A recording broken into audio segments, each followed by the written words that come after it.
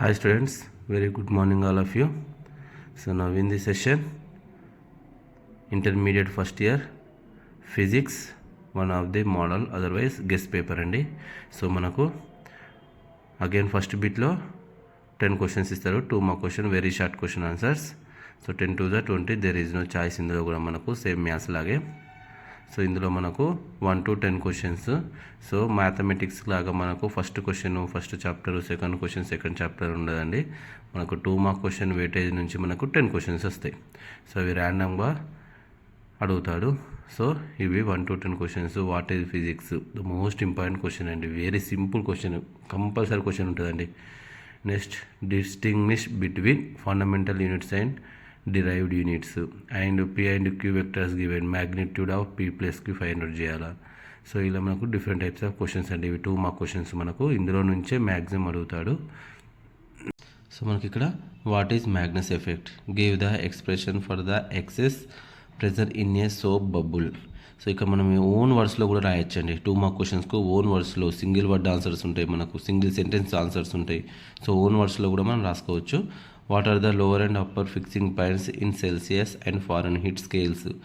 What is thermal expansion?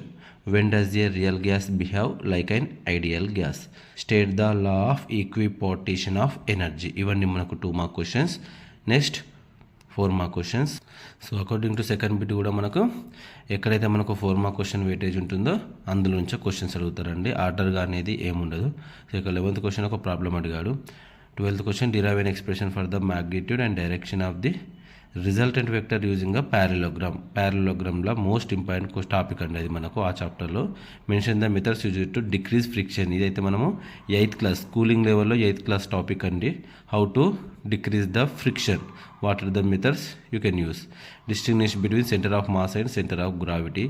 Define angular velocity, derive v is equals to r omega.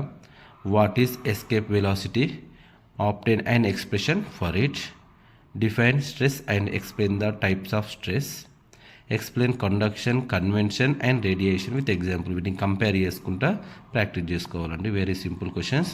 Next మనకు last bit అండి. అందరు first preference ఇచ్చేది last bit, third bit, section C, 8 mark questions. So మనకు only 3 questions ఇస్తాడు. 3లో నుంచి నువ్వు 2 రాయాలి. సో 2 8 16 మార్క్స్ అండి. సో మనకు 3 చాప్టర్స్ నుంచి క్వశ్చన్ వస్తుంది. అయితే ఇక్కడ చూడండి, మనకు state and prove law of conservation of energy in case of a freely falling body and ఒక ప్రాబ్లమ్ ఇస్తుంది, దాని రిలేటెడ్ ప్రాబ్లమ్. కంపల్సరీ మనకి 8 మార్క్ క్వశ్చన్లో problem and question and problem కూడా ఇవ్వచ్చండి. Define simple harmonic motion, so that the motion of projection of particle performing uniform circular motion on any diameter in a simple harmonic in a simple pendulum be used in an artificial satellite, give the reason. ఇది కూడా very very most important question అండి.